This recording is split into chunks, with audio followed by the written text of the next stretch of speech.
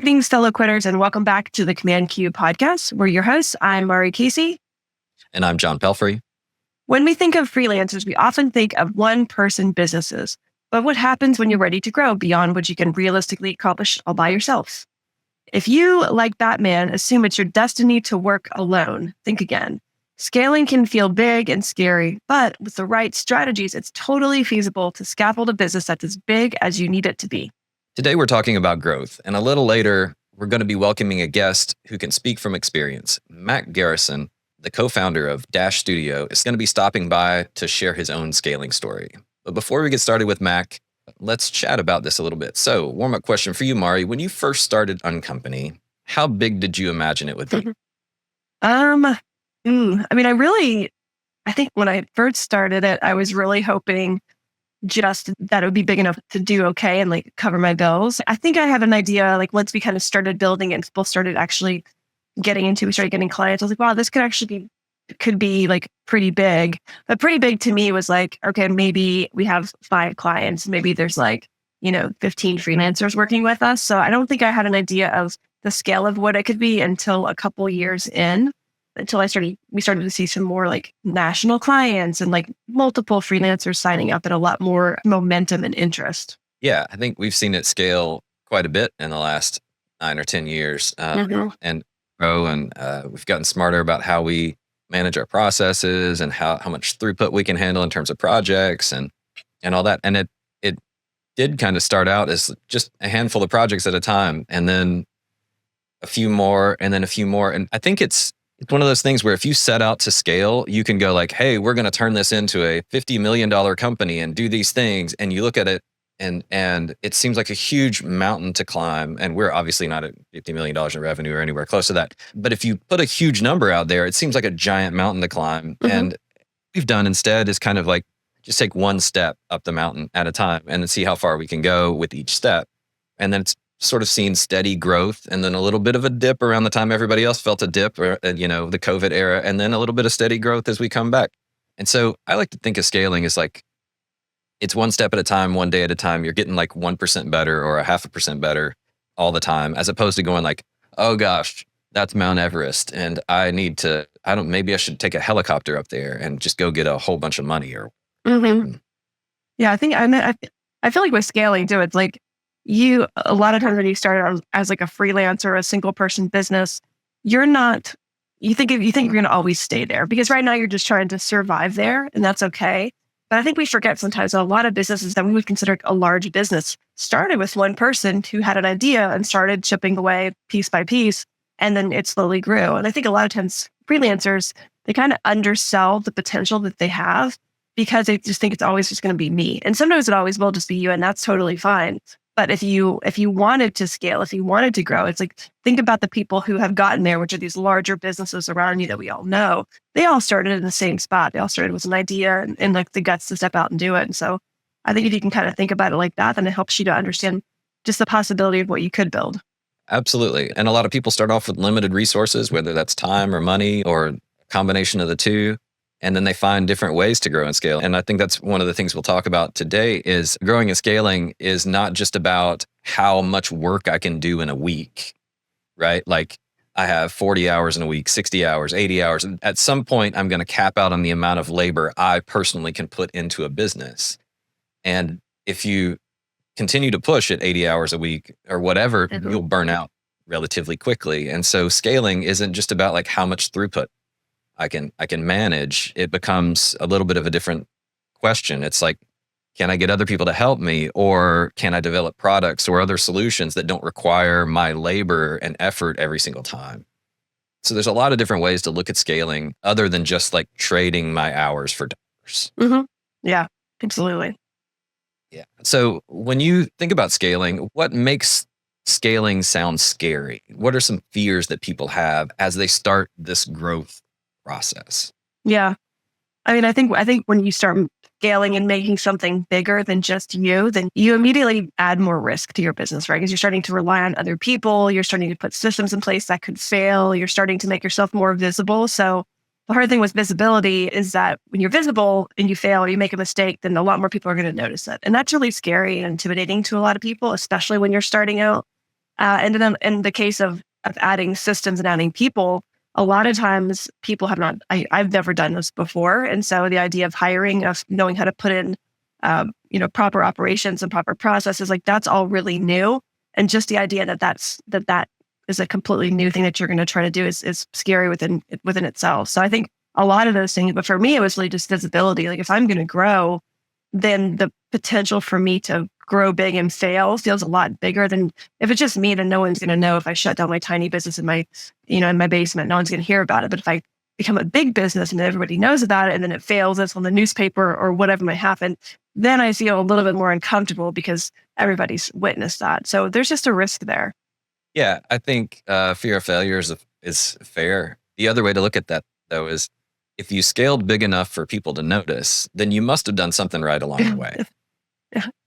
Right? You could reframe it the other way and say, well, gosh, maybe I scaled too big too quickly and I wasn't ready for that. You must have done some things right. And then at the very least, you could sort of pick up the pieces and move forward, learning some really good lessons about what I did right, what I did wrong, and figure out, what the next steps are for you. So I would say, like, yeah, there's a fear of sort of a social, I don't know, a social fear of embarrassment. But the other side of that is you're going to come out of that with so much more knowledge and data about how to succeed the next time around. Because the truth is, a lot of people who fail at a business go right back and start another one again. Yeah. Because they realize, oh gosh, I just got so much education here. I shouldn't waste it and just sort of walk away. I should use this education and be better. So that's the way I would flip it around. As somebody who started a business and it struggled a lot, and I could see on the one hand that it was a success because we did a lot of really cool, fun things. But on the other hand, financially, it was really tough. And you could look at that business, own it in an art gallery and say, like, it was a failure on one side. You could also say it's a success on the other. And after 12 years of looking back on that, I realize now that I learned so much that I definitely couldn't call it a failure, even though it was so difficult. It taught me. So a lot of it too is mindset. It's like, how am I going to look at this? Well, and I think that's like scaling can be different for different people. Like building a business that's bigger than just you is different for different people because your motivations can be different. Like you could want to build a business because you want to make a crap ton of money and that's like your goal is just to be as big and make as much as possible. And that could be your goal. Your goal could be, I want to have more people than just myself working in this business because I want to only work 6 months out of the year and I want to be able to step aside and know the business is still operating.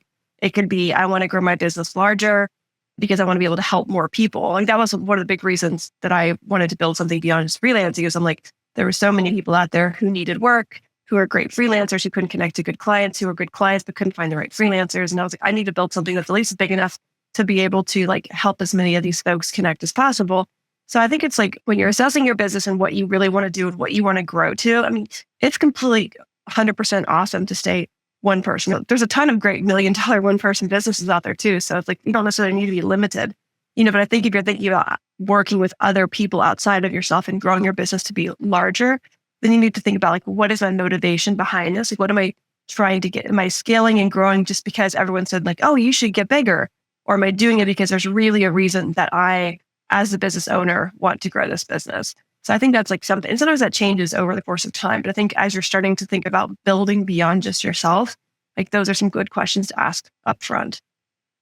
Yeah. And I like what you touched on there. Your motivation for scaling wasn't just about dollars in your pocket. Your motivation for scaling was about helping freelancers connect to good clients and helping clients connect to good freelancers. And you saw a gap where that was a struggle for both sides. And so having that like extra intrinsic reason that like motivates you, that's not just about like, I need to make more money. That helps to drive a purpose that then you can use to scale. And you can always ask the question, am I scaling because I'm helping more freelancers and helping more clients, or am I scaling for other reasons? And then it's a check against like the decisions that you're making as you grow, right? So then you put processes in place, you purchase tools that make those things possible.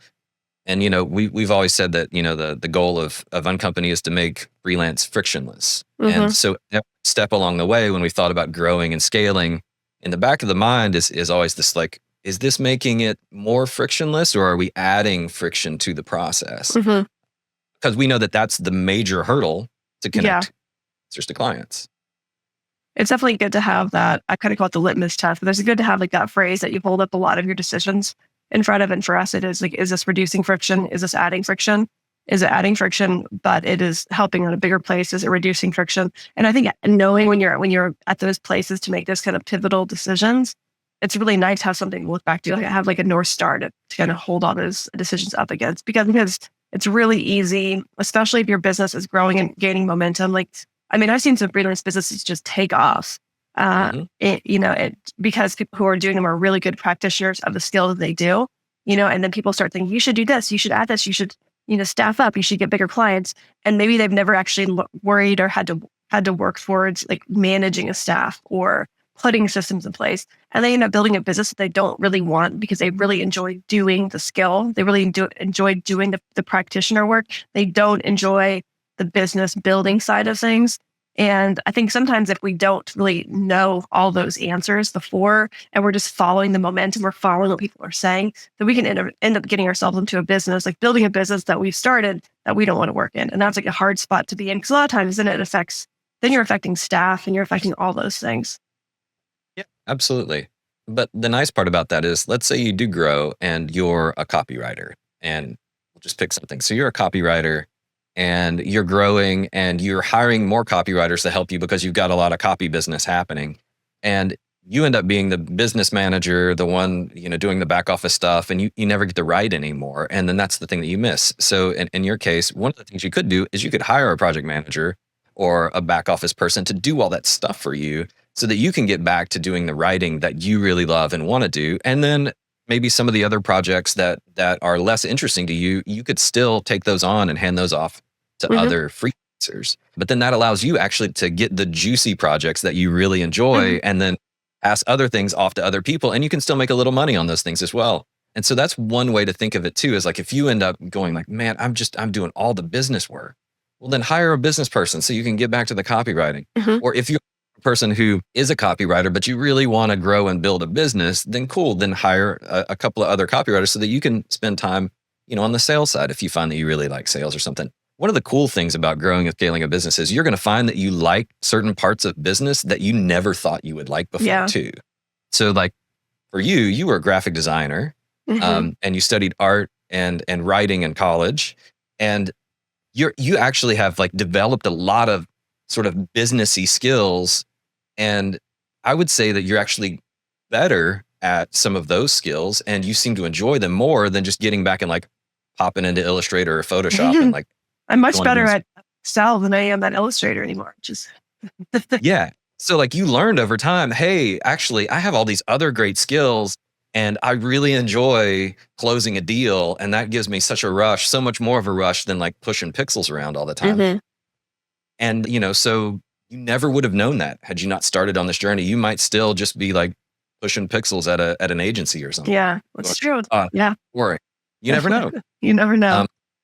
So part of scaling too is like being open to the possibility that the thing you started with might not be the thing that you end up doing in 3 or 4 or 5 years. And you might end up finding that you love some other aspect of the business and what you really like. So I think scaling for freelancers is, again, it's like one of those things you can't imagine it when you start. You just start, you put one foot in front.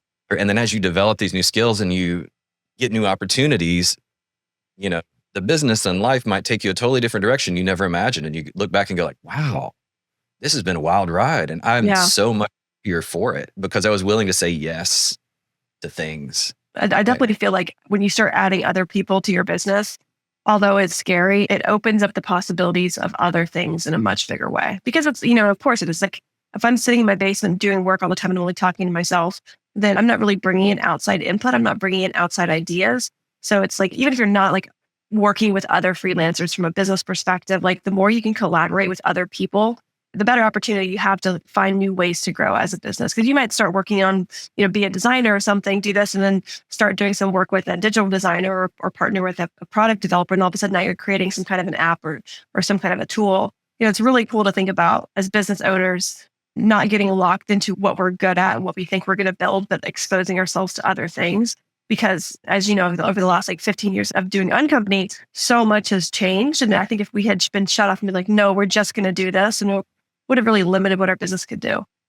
Right. Absolutely. Absolutely. And, technology changes and forces us in a lot of ways too. Right now, one of the big things is AI, and how does AI impact work for creatives, especially? And there's a lot of fear out there and a lot of other things, and that's certainly something we're all going to have to adapt to as time goes on. It's changed the fact that people need creative services. It just might change the way that we provide them. And you're adaptable and adjustable, then you might find that there's a way for you to scale that business utilizing some new tools. You also might find the opposite. If you're the anti-AI person, you might find other clients and other businesses out there that agree with you that we need more people and we need more creativity and sort of from a human perspective, and you can chase that and scale that in a different way.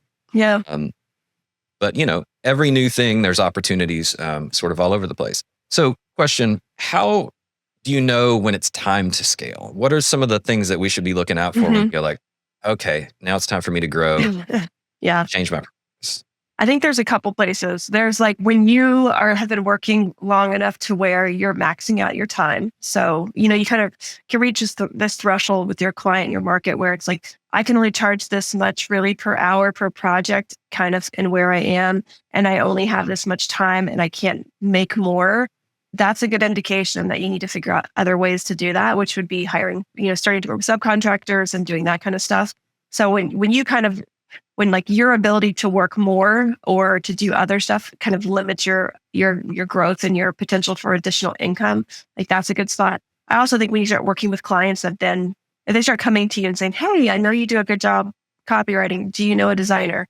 Do you do any motion design? When they start bringing you projects that you can't do, but you have the client relationship and they trust you, then starting to bring in subcontractors and running it as a project together where you're managing the client, you're managing whatever skill piece that you want to do, and you're managing all the payments, then you start working as essentially like a small agency, then that's a good indication too. That's a really soft, easy way to start trying out growing, is by working with subcontractors and pulling in smaller projects, and then you're managing the client. And then it can kind of grow and extrapolate from there. But a lot of times after you work with a client for a couple of years or even a year sometimes or less, they'll come to you with stuff that's like, hey, I know you're a designer, but do you do copy or can you do copy? And instead of shutting that work off because that's income, finding someone to pull in it's a great way to start just trying on what scaling would look like. That, and then the third would be when your systems are really starting to break down because you have too much work and you haven't figured out how to automate things or how to put a system in place that makes things more streamlined. That's a really good indication that you need to sit down and really look up the overall business and how you can scale it to either be more efficient at your size or like look forward and say, like, if I'm here now and I'm growing at this rate, then in 5 years I'm going to be here. So if I don't get these things in place now, the wheels are going to start going off. And I think a lot of times, especially in creative businesses, we don't think forward about growth. We think like, what's in front of me right now that I need to, tackle. But I think it's really good for us over the course of the first couple of years of our business to say, well, I'm growing at this rate, 15% every quarter or whatever. So in a couple quarters, I could potentially be here. I have a hard time managing my workload now. So I need to get ahead of that by thinking through working with subcontractors, putting systems in place, that kind of stuff, so that the wheels don't fall off in 3 months. Yeah, absolutely. I think one of the things that we do with Uncompany every year at the end of the year is we sit down and we say, what are the things that you've been doing that you don't want to do anymore? And what are the things that you haven't done yet that maybe you want to try? And even just asking that question on a quarterly or a yearly basis about yourself can help point you in the direction of how you want to scale and grow your business. If you're looking at it going like, gosh, I really hate to do this stuff over here. I hate bookkeeping. Okay, cool.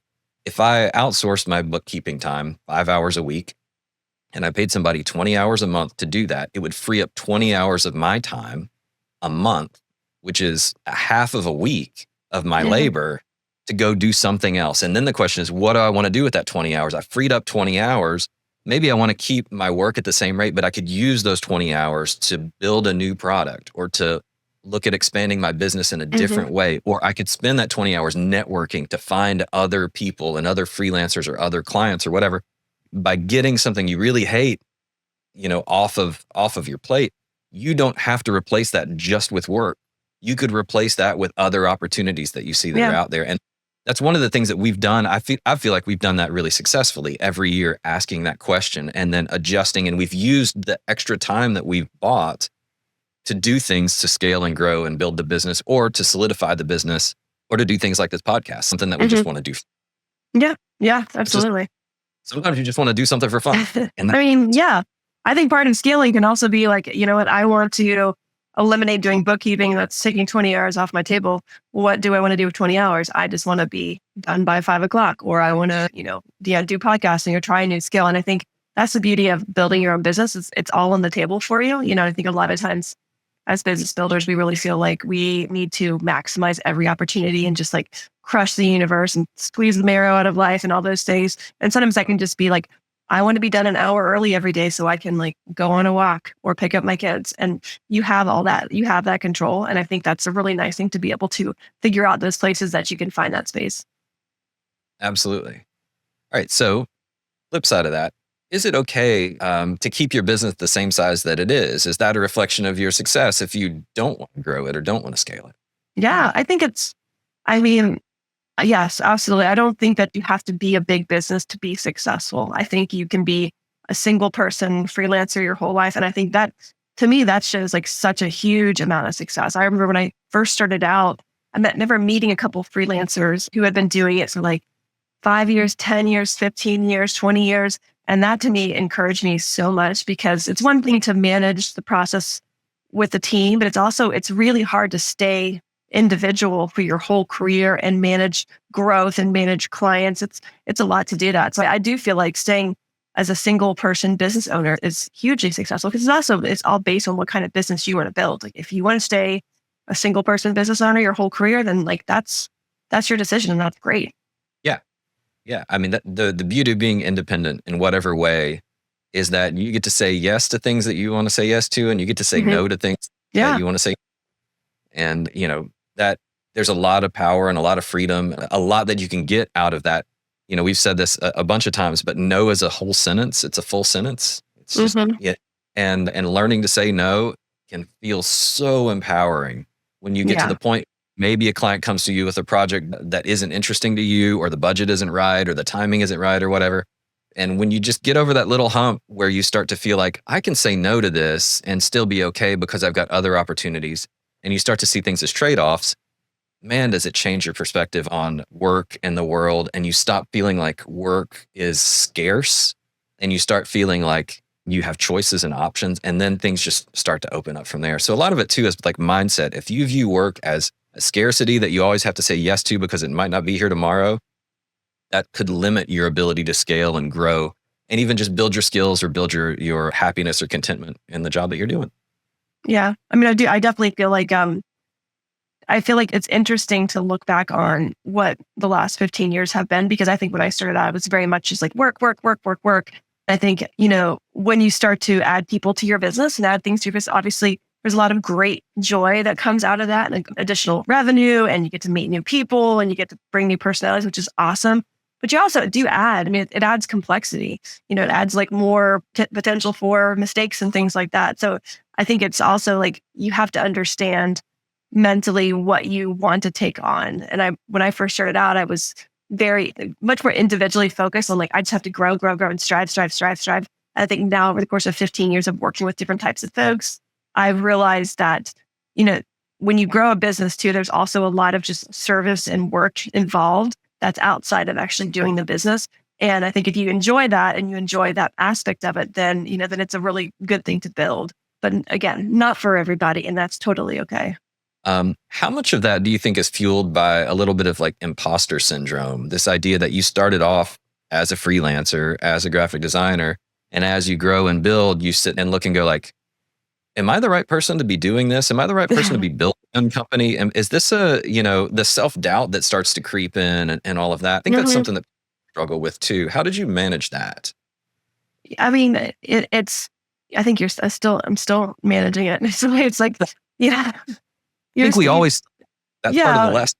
Well, it's hard when you become responsible for other people. I think when you're a single person, a lot of times when you're working, it's just you against the world. And there's a freedom in that, because the business fails, you fail, and that's it. But it's like once you grow into a size, or you start, you're paying people and clients are relying on you and freelancers are relying on you in our case, then if the business fails, then it affects a lot more people. So it puts a lot of pressure on you. The one thing I have realized is that I'm going to make mistakes. There's going to be mistakes, but I have people around me that can help to counteract that. And I think where I was in the beginning, which is just like, everyone on my back, I'm taking us up this hill and you guys don't have to do any, that I've changed, where it's like, it's really kind of, we're all in this together. Like, yes, I'm helping to steer the ship, but everybody has a row and everyone's, rowing towards the same thing. But it's very intimidating a lot of times to think like, well, I'm not a grown up. I'm still like a 12-year-old, sixth grader in my mind, that I shouldn't be in this responsible place. But I kind of also realize that everybody feels that level too in a lot of ways. And so that makes our business feel a lot more empathetic when we work with clients and freelancers. It's like, we all kind of like, we're just all doing this together. And that is a comfortable place to grow from. Yeah, it is. I mean, I will say, I've seen times when you've doubted yourself, or when you've sort of like, you weren't sure about what the next steps were or whatever, but you're such a thoughtful person, and you are a genuine leader. And whether you give yourself credit for that or not all the time, you definitely have capability. And I think that should encourage people who are listening to this to say that, like, you can develop the skills necessary to scale. Mhm. You might feel like you have them all right now, or that you'll have them in 6 months or a year. But it's like, as you grow, you start to learn and develop and get better and build those skills. Like, you didn't have all of these 15 years ago, but you've developed them over time to sort of help lead and build Uncompany into what it is today. And I think that's sort of a testament to your willingness to constantly improve and start to look around and see what's changing and where we can adjust or pivot, or, all that stuff. But I say all that to say, one, it's great to work with you as the leader, but I have seen you grow in that capacity, because you didn't have all the answers 10 years ago that you have today, because you hadn't experienced. I mean, it's 10 years worth of experience. So don't be afraid if you're listening to this. Understand that you'll get better as you do it. Yeah. That's good. You just gotta fumble forward. You fumble forward. And like you said, everybody's kind of fumbling all at the same time, just in this together. Right. Trying to get this no problem. So it's, once you see people, it's like, the old adage, people with stage fright, you picture the audience in their underwear or whatever. Once you start to see everybody sort of in that perspective, then things like imposter syndrome start to get a little easier to handle and manage. Yeah, for sure. Yeah. All right. Up next, we're going to welcome Mack. Let's talk more about scaling with someone who has built up his own business. He is the director of content at Dash Studio and the co-founder. Dash is a high-end animation and video production agency helping brands with their own growth. So without further ado, let's chat with Mack. So Mack, welcome. We're happy to have you today. Yeah, thank you all so much for having me. Looking forward to the conversation. Yeah, awesome. So question for you is, what does the right size business look like to you? What's too big? What's too small? What's Goldilocks? Oh man, that is a really great question, because I actually think it's going to be a different answer depending on when that question was asked to me. In the early days when I first started, I would have said it had to be big, right? The right size is like, give me a 30, 40 person agency, we're just churning out work and it's big and it's scale and we're going to be the best that's out there. I think 10 years in, you ask me that question, I'm going to say it's a number where I feel like I can breathe easy at night, that I feel like it's sustainable, that I feel like the team has what they need and the stress levels are monitored and managed. And that doesn't necessarily mean scale in the sense of size. It's scale in the sense of what you can produce, but being more efficient. So that's kind of a scapegoat answer, but I think you get different ones depending when you ask someone that question and what stage of their business career they're in. 100%. Yeah. I think, when people start off, everybody thinks you got to go big or go home. Right. Like, it's this whole like us against the world. It's so rare that you see somebody that goes like, what I'd really like to do is I'd like to build a small agency with, I don't know, like 4 or 5 full-time employees. And we're all just making stuff we really love and having a good time and paying our bills. But that's actually kind of a good place to be, I think so too. And just to piggyback off that a little bit. This day and age, there's so much change happening so quickly. And I'm a fervent believer that smaller teams, more agile teams can do a bit more quicker and faster, which in the long term is really going to behoove the smaller groups because they can move quickly and adopt quickly. And I think we look into the future, you'll see some of these bigger enterprise level agencies shrinking down in size a bit as they try to be more nimble. Yeah, 100%. Absolutely. And it's too risky now. I mean, especially with agencies in the world we're in, clients don't stick around as long anymore. And so it makes it really hard to build a giant business that is not riddled with stress and fear because you're afraid the client that you're, is otherwise keeping the lights on is going to disappear.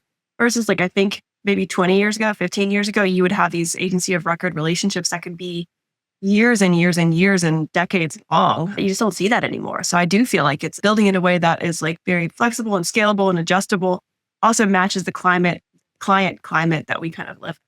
I just think the big heyday of single vendor that provides a year worth of content under a retainer, still exists. There's agency of records out there for some of the bigger clients. But for a lot of the smaller groups out there, you were balancing campaign work along with project work. And the project work is just really hard to be predictable in what's around the corner. And I think, Maari, you alluded to this really nicely. How much time do you have with a client? I think on average, 2 to 3 years at best, but then someone leaves, they go somewhere else. Someone new comes in, they have their own partners they're working with. And so just that natural volatility makes the sustainability of those bigger campaigns just really hard to predict. And so I think you have to be protective against that volatility. So how do you build a team that can handle the ebbs and flows of that work coming in and out? And I think that's where, again, smaller teams kind of thrive a little bit. Yeah. So Mack, what was your original vision for Dash? When you put this together, founder, what was the original vision? And in what ways does that business look different than it does today? Not just in size and scale, but just the types of work that you wanted to do or thought you might do versus what you do today, all that kind of stuff. John, you're so kind to say that we had a vision and a plan. That's saying a lot in the early days. Truthfully, when Dash began, we knew there was 2 things that we held in high regard: really amazing creative work and good people. That has always been a thesis for us as a company. And so when we started, it was really about how do we make the most badass work possible with all these amazing creatives. We wanted to work with more creatives. I don't think we had a long-term plan of what that meant from the clients we were pursuing. I don't think that had a long-term plan of what we were going to grow into. We just knew if we took care of people and brought good people into projects, the right things would happen. Luckily, over the years, we started to figure out more of a theme and kind of where we wanted to go. And as of right now, it still has that ethos of good people, good work. And I think what we've really leaned into is just being problem solvers for the clients that we work with.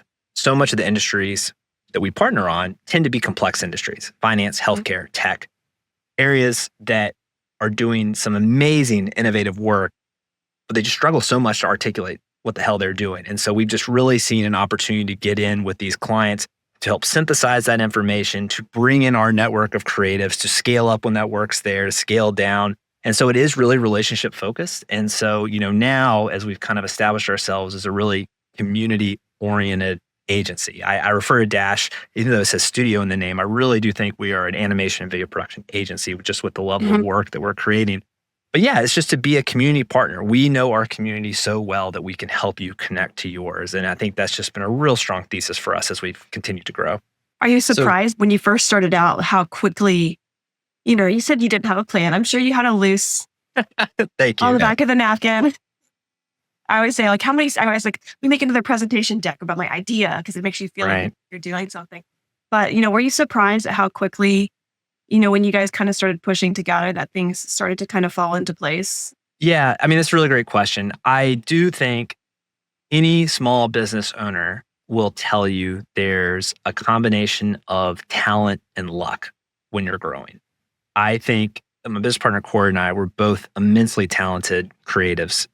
I will say that we made really good animation. I would argue it was some of the best animated content in our area when we were at our previous agency together. But I do think it was a little bit of luck that when we started, it was circa 2015. when the explainer video was just on the rise. People were like, I don't know how to make that, but I want that. And so other business owners would like probably, cringe and jealousy that I'm like, we started a business and the work just poured in immediately, right? Like that was awesome. And so because of that, there really wasn't a necessity to kind of think through so much strategically about where we're going. I think as animation became more decentralized, more people were able to produce it, freelancers got better, studios got better, agencies got better. Then there became like, okay, well, how are we delineating ourselves a little bit? And so I think what is important to acknowledge is that while we were good, we became a lot better with focus. And I would say anyone that's listening to this is maybe thinking about starting off on freelance or building their own endeavor, just the importance of really understanding what makes you different than your competitors. Even if you find yourself in a space where you're bringing in a lot of work, creating that delineation is so critical. And to your point, it did start to materialize a lot more when we got focused like that. Yeah, I do feel like the niches, we always say like niches get riches. And one of the things I always say to freelancers, you see this a lot when people start out with their businesses, like I can do this and this and this. And it's, you get it because it's like when you're starting, you just want to get work and you want to pay the bills and you want to kind of get momentum going. So it is. It's like a big job. It's scary to say like I'm going to really own this slice of the pie. But this conversation I was having yesterday, I feel like especially right now, like that is happening more and more. We're seeing more of these like bespoke small agencies that just focus on, we have some mutual friends who are production company. They just do videos that are based in humor and they just own that. And I think it's surprising that when you own something and you market yourself as the group that does this thing or these things, that there's an audience for it. There's an audience out there for all these different segmentations. And I feel like now in the world of like the sameness and AI and all these things that are being created, like people are looking for like, but I want the person that does this thing really, really well. And that's out there. And it's scary to do that in the beginning until you really nail down what it is that you do well and you do differently. But I think more so now and in the future, people are going to be looking for those types of like focused groups. Yeah, it's so interesting because this conversation comes up a lot in the motion design industry, which is an umbrella term that I use for animators, editors, interactive designers, web designers, anything dealing with stuff moving on screen is should you be a specialist or should you be a generalist? And where I have landed, especially this day and age with just so much change in technology, is that you need to be a specialist in sort of a genre. Like I would say we are specialists in motion design. We are really good at motion design, but within the umbrella of motion design, we are having to take on more than we've ever taken on before. That's really where the generalist starts to come out because I think what the future demands is people who are good at navigating ambiguity, and ambiguity comes with uncertainty on the deliverables or what we need and just feeling comfortable in that change. And so if you can be really good at something, but you can branch out a little bit to do other things, I really do think that positions you the best for a future of change where we're all trying to figure out what the new set of deliverables are going to be, Yeah. Speaking of that, this popped up earlier when you said you got your start with explainer videos, which makes total sense, 2015. What is the new version of an explainer video? What are the things that people ask for on a regular basis that you feel like maybe you didn't imagine in 2015? Oh man, so that's a really great question. So like I said, we started with explainer videos. That was the jam. Where we are now is so much in the world of systems design because, the hot take I think right now as brands are preparing and evolving for the future is that they're having to act more like media companies and entertainment companies than ever before. People want to connect with a brand like they connect with people. They want to have emotional resonance with who they're talking to. And so there's this whole world building that's going on, which means that a brand needs to be showing up on podcasts. They need to be showing up on social channels. They need to be showing up at events and in person and all these different places, which just requires so much content and entry points in all these different ways. And so when it comes back to like, what's the content we're producing now, it's how do we make something that can feel bespoke to all these different channels, but we can invest in one thing and have that scale. So it's a lot of motion branding where we're helping a client create these assets that their internal teams could scale out, that we can help scale out. It's doing like an event piece, events have become really big now as we're the post-COVID world. I think people are craving that connection. So it's pre-event, event, and post-event collateral. So how do you take that investment and scale it into all these different places? And so it's just interesting to me that I personally never have thought about systems design as a really exciting place to operate in. But now that we're here and all our clients are really pushing for that, there is a certain problem solving side that is really fun to get in there. And like, how do you take something that can still feel really unique and bespoke to the client you're working with, but make it into like a system that can scale for them to use it? That is the biggest change we're seeing. So lots of hype videos, lots of motion branding, lots of scalable assets is kind of our bread and butter right now. Well, since we're talking about scaling, then do you see that as a way for Dash to scale and grow too? Is it to sort of really hone in on this concept of we can build a handful of assets for you that you can then take and scale? Is that sort of like your secret sauce at this point? Yeah, great question. And yes, I think, a benefit of working with Dash as a smaller team is that we can be more nimble and we can do a lot more. And you still get that relationship first approach with the big agency deliverables. I think that's a really unique spot to be in. And so what is a great selling point for us is that we can come in and accent your internal team. We can come in and be your internal team, or we can come in and work with other external teams out there to meet the deliverables you need. So we are just so versatile in how we can partner up with our clients to meet their goals. And so where I'm focused with scale right now is how do I bring in innovators who are excited about the future and want to try to audition these different things to make us do more with less, right? And do more with less kind of has a negative connotation, right? A little bit, because it comes with like, oh, budgets. We need you to do more with less budgets. But what I really mean is like, a small core team who really knows and understands one another that is able to deliver more. And I think that's a real big place. So yes, to your point, John, like definitely 100% lean into that. I think it's a selling point right now as companies across the board are trying to figure out how to move into the future. Do you build up internal teams like you've done in the past? Do we lean into more freelancers and contractors, vendors, or individual freelancers? And I think we're a lot more in that space is everyone across the board just tries to be a little bit more nimble.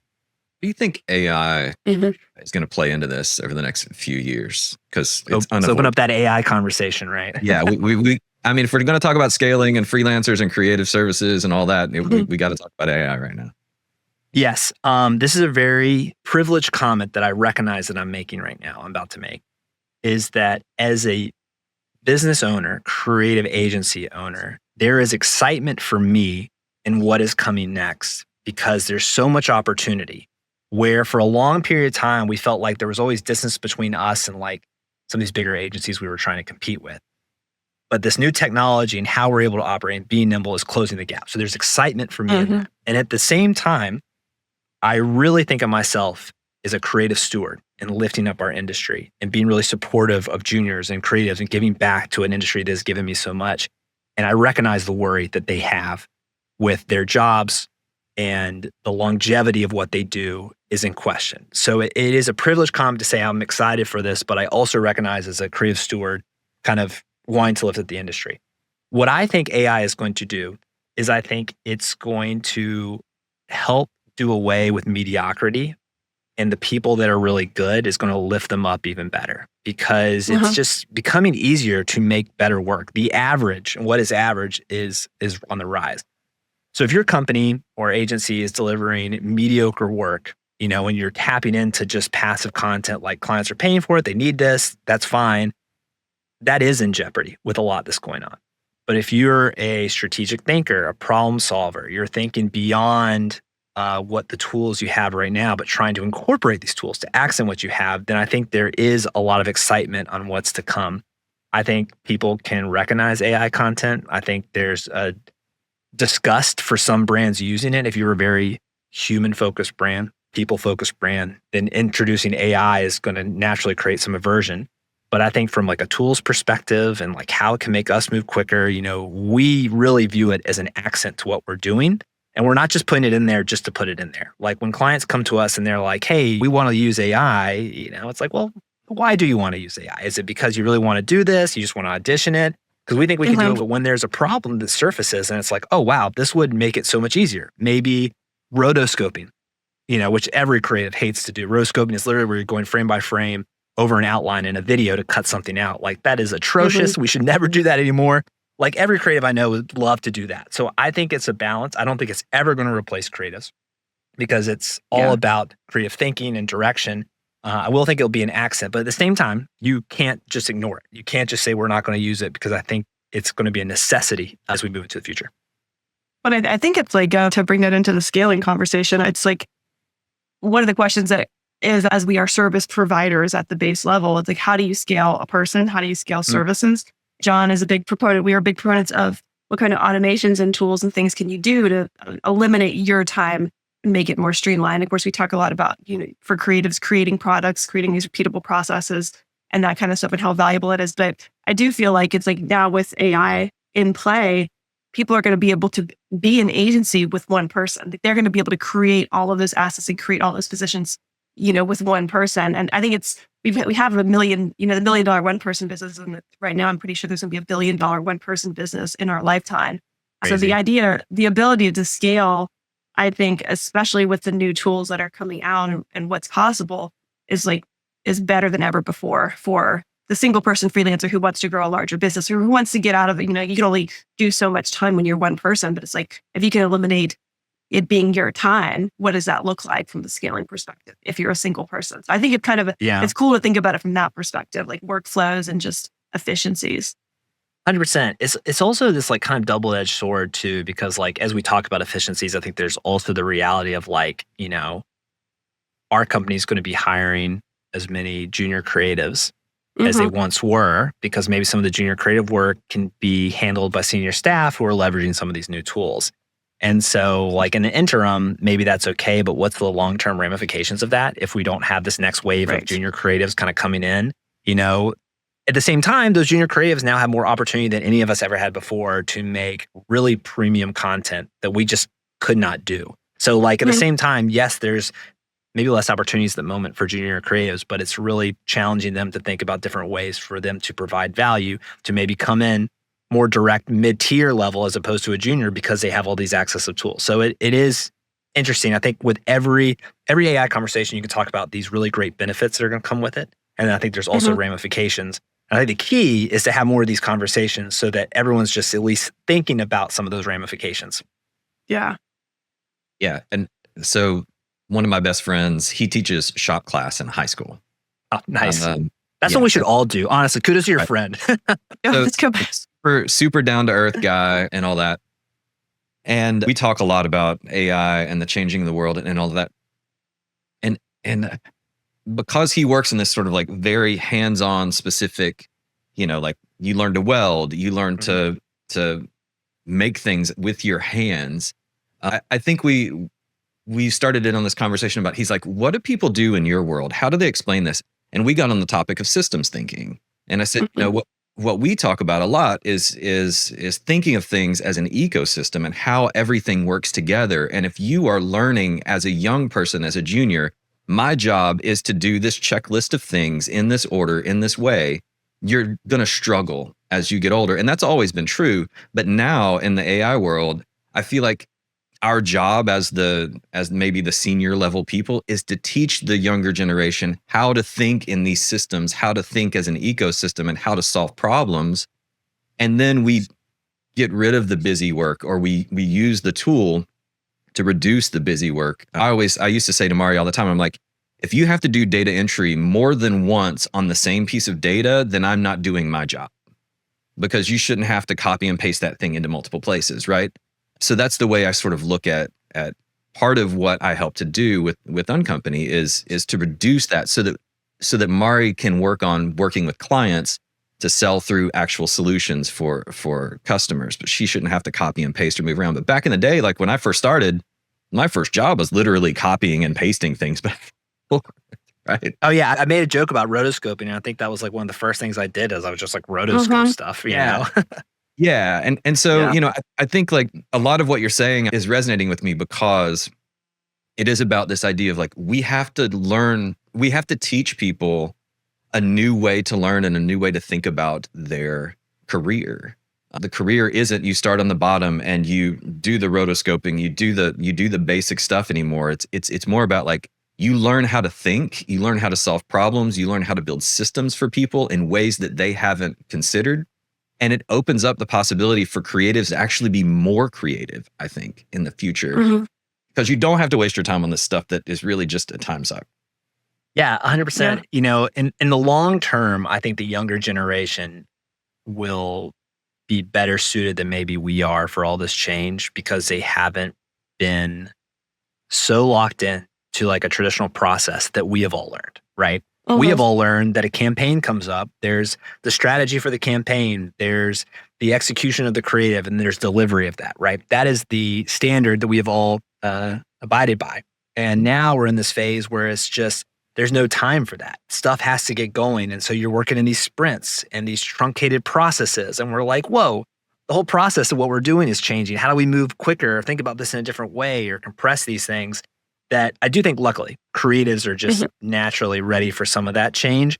But even for us, I think we're having to get used to like approaching a project in just totally different ways than we have before, getting people to do more creative thinking, like you were talking about, John, to think about different approaches on a case-by-case basis for projects than just saying this is the Dash process. We apply this to every one of our projects, right? Yeah. Let you be more nimble, more agile. I love it. So what were your sort of initial growth strategies when you think about the way Dash started versus how did they change over time? And we're thinking here from like a business growth, like biz dev revenue perspective, more than like the how you get the work done thing. Like, sure.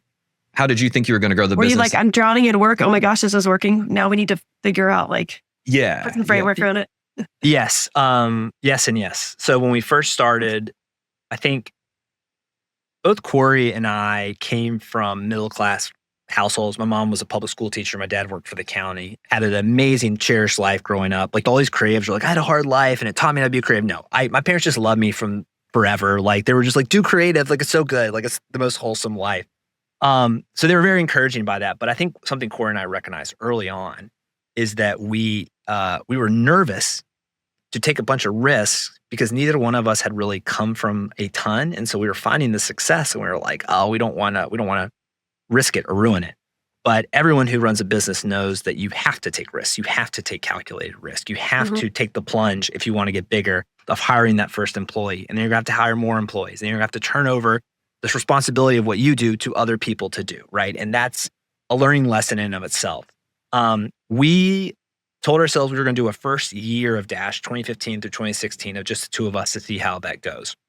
And once we got through the second half of the year into 2016, we realized how much work we were leaving on the table just because of us trying to manage it and the cost by bringing in freelancers. And so we said, okay, I think we need to hire our first employee. And that was kind of like the floodgates that opened a little bit because as soon as we hired that first employee, we started to realize how much more we could do. And then the idea of scale really started to take hold. So we landed on this idea of like trying to bring in an employee for, approximately every $180,000 to $200,000 worth of revenue. We felt like was like a good approach as a place to like think about that. And so that gave us the confidence to hire as we were bringing in people, right? So we'd bring in people and it was like, we're bringing in this much revenue. Now it's a good time because we can help us scale our work.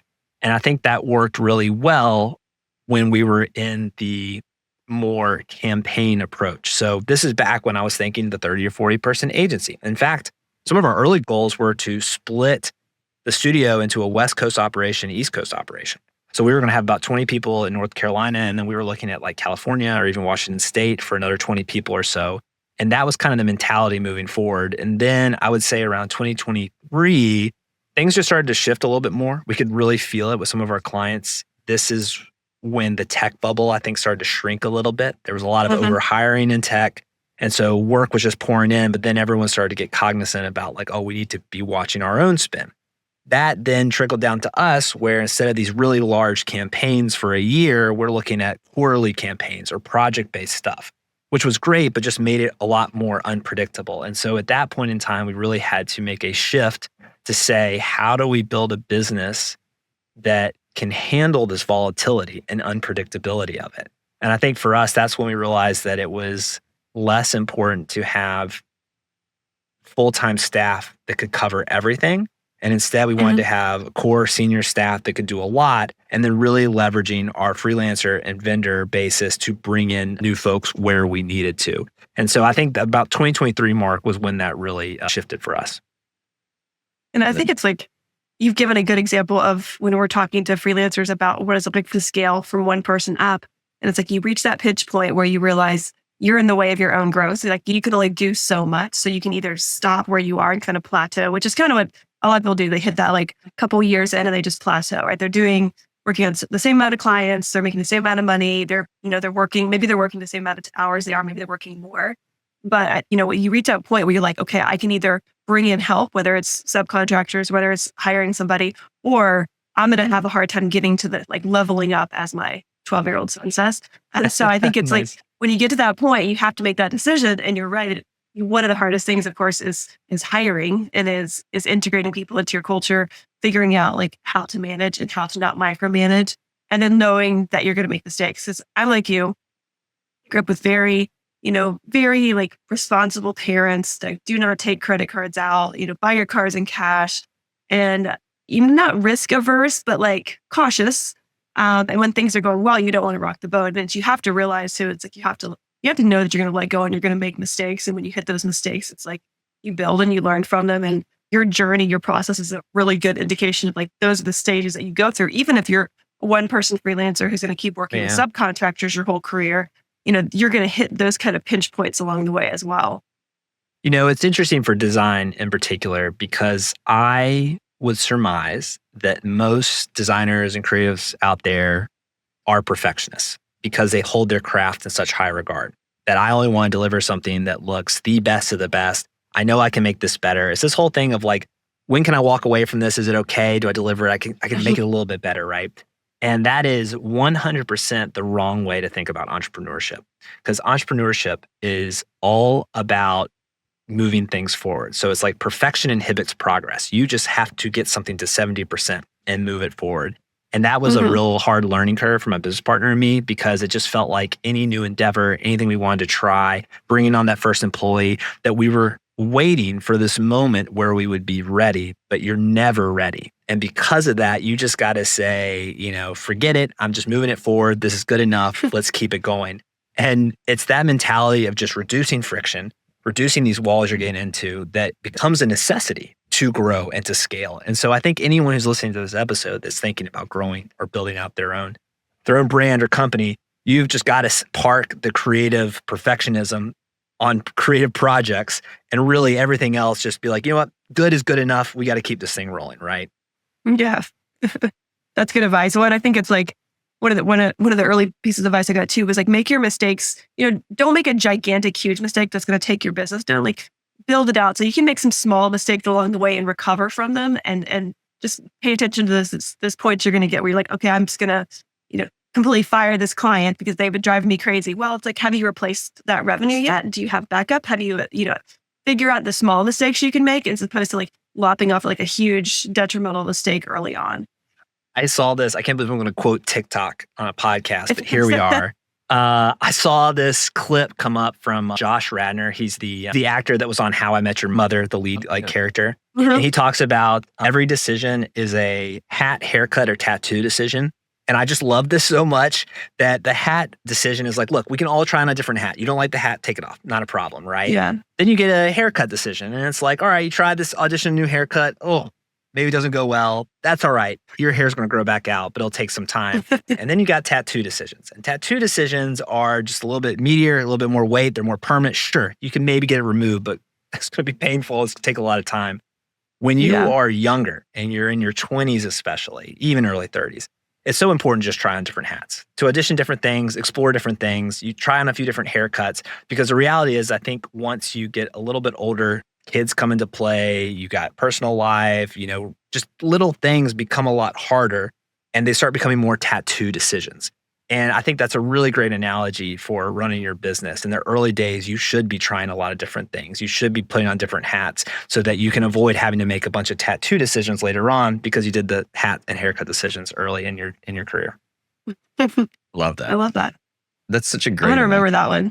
That's so good. It's like an unforgettable. Who knew that Josh Radnor would be affecting us so much in the business world? But so much. It's great. Well, I think when you're young, because you haven't had to make a lot of those decisions on your own, you're so scared to move forward on decisions a lot of times. And I see this with a lot of like young young kids coming out of college or even like, getting their first job, it's like they're paralyzed to take a step forward because like, what if I choose this way and I should have gone that way? Then, it's like the whole life is a board game. It's like chutes and ladders. If I choose the wrong one, I'm going down the slide.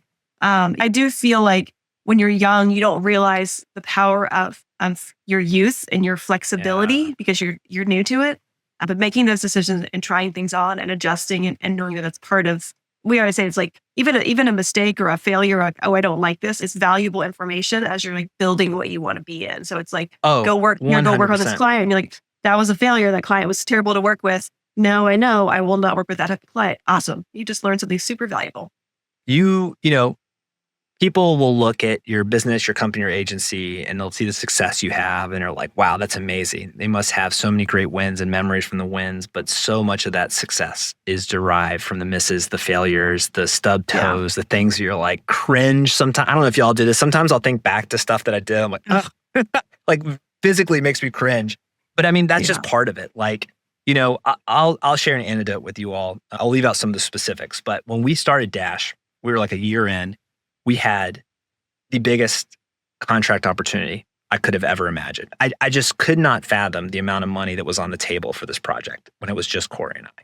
And we were so well set up for success because we had been working with this client already. The person who was putting out the bid was a peer of mine who I knew really well. So like everything was set up for Dash to win this contract. And we went all out on this pitch. I mean, we brought in contractors and freelancers. This is, again, just the two of us at the time. And we like invested money, tens of thousands of dollars, I think, to pull together this amazing pitch because of how much money was on the table. And we just saw it as such an amazing opportunity. I was so certain we were going to win that project. And you'll know where this is going. We didn't. And I just remember feeling so upset to the point that we will never get this opportunity again. There's no way. This was such a crazy amount of money. And really asked the client, like, why did they go this way? And we got some good feedback and we learned from it. And so time went on. A couple of years go by, 3 years go by, and we never got an opportunity like that. But we did get more opportunities, more pitches. We got better at that. We got better at articulating what it is we do. We got better at understanding what clients of this size are looking for when you're trying to pitch that. And then about 4 years later, we got this opportunity for basically the same amount of money for this other client. And it was huge. And it was this big opportunity. And we came in and we won that pitch. And we won that pitch because of that failure and us really thinking hard about why did we fail this and really bringing those lessons to fruition. And so it's just so important to remind people that like you will fall on your face so much, but every time you fall on your face, you are going to learn something that you can apply to the future. And if you just keep at it, if you quit, you definitely won't get it. But if you keep going, you just try, that stuff presents itself over and over again, and you will win it the next time based on the lessons you've learned from those failures. Yeah. Question for you, follow up on that. Do you feel like that decision was a hat, a haircut, or a tattoo? The losing the project or when we won the project? The investing all that money early on. Like how do you view that in retrospect? Because I have my feeling, but it was your money and your experience. Oh, yeah. That particular one, I think, was a haircut because we were smaller and it wasn't a nominal amount of money for us. It was a haircut because it was like we invested in stuff, which was the right decision. We just invested in the wrong things. Like learning what I know now, I would have spent money doing something else than what we invested money in. I put the weight on here when I should have put it at here in the pitch. And so it was the right idea, but it was a lesson from that haircut that I figured out. Yeah. Good. What do you think, John? What do you think it was? I was going to go with haircut too. Like it wasn't a tattoo because it wasn't a permanent decision that you were stuck with. And it's not like you went and hired 10 full-time people. So it wasn't a tattoo, and it definitely was more than a hat in terms of. It was definitely more than a hat. Yeah, it wasn't a quick audition risk and everything else. I was curious if we were aligned on that or not, because when you live it, when it's yours, when it's your money, when it's your decision, when it's your heartbreak, sometimes that can feel like a tattoo decision in the moment. But then you look back on it and you go like, oh, actually, that was just a haircut. It was a good. It was a good experience for me to grow that mullet, but then I realized it wasn't for me. Yeah, right, exactly. 100%. Yeah, cool. All right, so let's move on to the lightning round here. These are just quick questions, hopefully. So first one, how can you be sure you don't get too big too fast. How can you be sure you don't get too big too fast? Or you don't bite off more than you can chew too early. Yeah, I think there is a gut reaction that when there's a lot of work that you should be hiring for that immediately, right? Because there's so much stuff that has to be done. You feel overwhelmed and you feel the best way to do it is to bring someone in internally. I find that now after 10 years of doing this, that you should always default to bringing in contractors initially because the contractors are seasonal. They can come in, they can come out, where employees are permanent. And you just want to make sure that that workload is a consistent workload that's there. So how do you avoid getting too big too fast? Don't just jump to hiring people. Bring in contractors to make sure that's sustainable. And then when it feels sustainable, bringing those folks in full time. Nice. All right. Next one. How does scaling impact your work-life balance? How does scaling impact my work-life balance? I think it's a lot like a bell curve where initially when you first start to do it, it gets harder and harder and harder. Your time is diminishing. And then you get to a sweet spot where you get over that curve and it starts to get easier and easier and easier for it because you've got great people coming in who know what they're doing, and it alleviates those kind of emergency things you have to take on or juggling all these different things. I feel like it's always like pretty magical. I remember the first time I started working, like bringing in subcontractors and working with people, and it was just this moment that I was just like, oh, you're doing that. Okay, I don't have to do that. You're doing that, and you're actually doing much better at it than I would. That's always a part too when you're like, I thought I was doing that pretty good, but I like this way better. You should keep doing that. Oh my gosh. Well, that's like starting to work with Uncompany, starting the business. It's like I'm around so many creatives and I'm like, thank God I don't have to do art direction and design anymore because these guys are really, really good at it. And I would just get blown away because it's when you get to see the level of talent people bring in and then you get them to do the work and you get to like watch them work. It's like, it's pretty cool when you see that, like that switch flip. Yeah, it's a lot like being a conductor, right? You can start to see everyone's talents and how they work together and you bring everyone in and then they're working in concert with one another and you're like, this is amazing. Yeah. Yeah. When you build a business, you're building a machine. You're not, you're not trying to like replicate it with a bunch of effort over and over again. You're trying to build the machine that takes the effort sort of off of you and just runs all on its own. Like Maari always uses the analogy. She's like, one day I'm going to build a business where I can just sit on the beach and it just does it by itself. You chose the wrong line of work, Maari. You're doing service-based industry. Yeah, I know. Systemize a little bit. But that can be the dream, right? The dream can be like, imagine that the business just runs and I don't have to like lift a finger today and worry about it. Yeah. Just building off of that, an exercise I did a few years ago that just helped me immensely is when you're an entrepreneur, you're a business owner, there's just naturally a lot of stress because you're thinking about your team, you're thinking about cash flow and all these various things. And to be able to take more risks, one of the things I did is I just made it in a notebook. What would I do if I wasn't doing Dash? How would I be employable, right? And I literally just filled up a page with like literally everything I could think of that I would enjoy doing. I'd be a restaurateur. Maybe I'd open a restaurant, or maybe I'd buy an HVAC company and just totally do something different, right? Really hands-on. We were talking about hands-on earlier stuff. But what's freeing about that is you start to really recognize just how employable you are and all the different opportunities and traits you have. And so when you're coming up on a big decision, it's like, yeah, I should take a little bit of a risk. I am really good at what I do. And if for whatever reason this risk backfires in the worst possible way, which it won't, but if it does, look at all these things that I could do. And it just gives you the confidence to kind of take that step out. Yeah. And to add on to that, another thing Maari talks about a lot is this sort of like fear setting, this idea that like you go down the list of like, what is the worst thing that could happen here? And you write down all the bad things that could happen. And then you look at it and go like, what's really the probability that the entire world burns down? Right. Everyone hates me. No one wants to hire me. I always get there. I'm like, nobody in the world will ever hire. I can't even get a job at Starbucks. Like nobody will help hire me. I live in a van down by the river. That's good. Yeah. And at the end of the day, it's like a van down by the river. Right. Not going to end up like Chris Farley or Matt Foley. Matt Foley. Hey kids, you're going down, live in a van down by the river. That's a terrible Chris Farley impression. Can we edit that out? Yeah, no, I'm just kidding.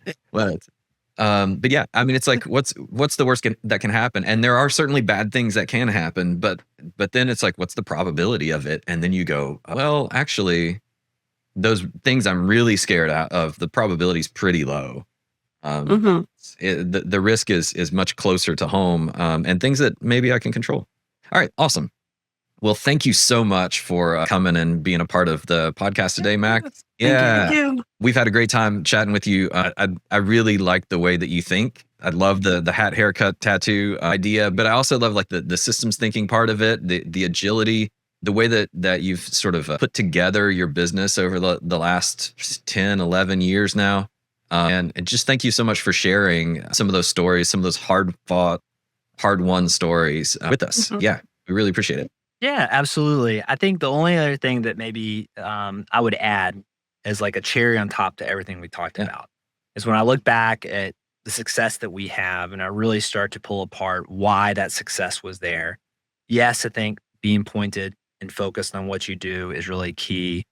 But a huge piece of that is developing a good culture at your business. You have to lean on good people around you, not only just hiring people, but good people, right? And investing in people around you. I mean, I feel like so much of our success has come from our industry. In fact, we did an audit of all the work that we had ever done as a studio a couple of years ago and just like how it came in.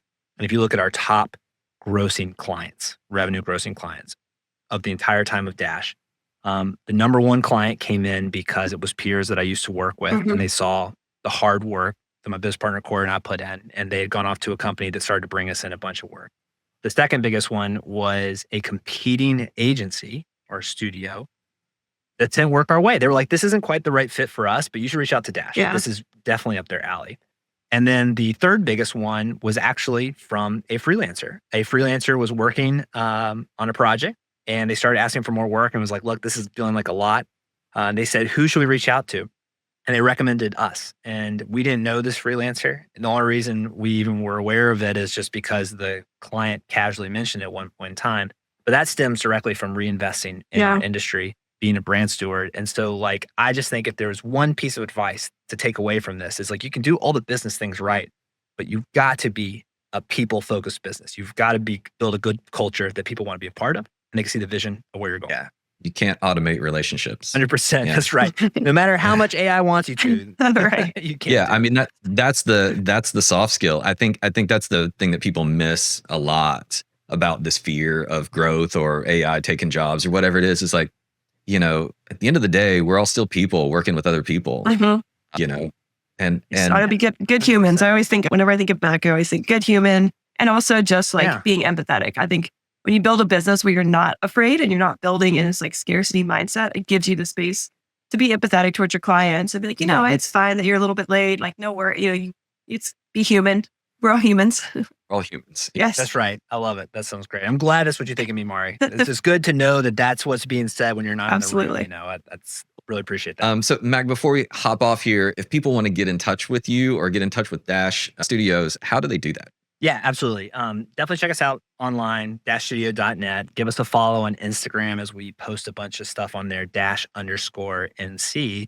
And then if you want to come hang out in person with a lot of other creatives, we actually throw a biennial animation and motion design festival called the Dash Bash, which we are announcing officially tomorrow, which is May 29th. So depending on when this goes live, you might get some little bit of early tea, or maybe you're just learning about it a little bit later. But yeah, we're going to have approximately 500 creatives in town May 19th through 21st, 2027. So it'll be next year to celebrate inclusivity, creativity in the motion design industry. And it's a really great event to meet people. So if you want to get out, you're looking for a way to connect, especially if you're in the freelancer audience listening to this, join us for that. It's going to be a lot of fun. Awesome. Well, as that gets closer, please keep in touch with us and let us know. And we'll do our part to promote that and push that out to get as many people involved as we can. Yeah. Awesome. Thanks, John. Thanks, Maari. Yeah. Appreciate y'all having me. Yeah. Yeah. Thanks, Mac. All right. We'll see you. All right, everybody. That's it for this one. Thanks so much for tuning in, and we'll see you in a couple of weeks. Until next time, this is John and Maari, and we're reminding you that quitters can win and winners can quit.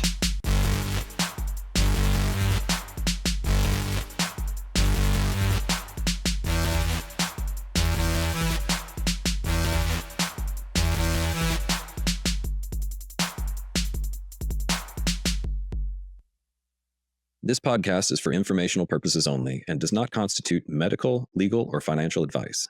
The views, thoughts, and opinions expressed are the guest's own and do not necessarily represent the views, thoughts, and opinions of Command Q or Uncompany.